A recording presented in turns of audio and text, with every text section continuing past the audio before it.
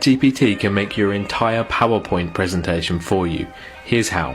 Now obviously you're going to get better results if you give ChatGPT the information for the slides, but in this case we're going to have it write absolutely everything for us. I want you to write me VBA code for a PowerPoint presentation about the history of AI. You are to fill in all the text with your own knowledge, no placeholders. I need 5 slides. And just a few moments later, we've got our VBA code from ChatGPT. We're going to copy the code and head over to PowerPoint. Click Tools, Macro, and then Visual Basic Editor. Press New Module, and then paste in the code. Then press the play button to run the macro.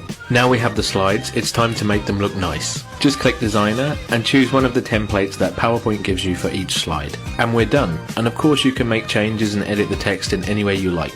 Thanks for watching. If you enjoyed this video, please give it a thumbs up and leave a comment below. Don't forget to subscribe to our channel for more videos like this one. Your support means a lot to us and helps us create more content that you'll love. Thanks again for watching, and we'll see you in the next video.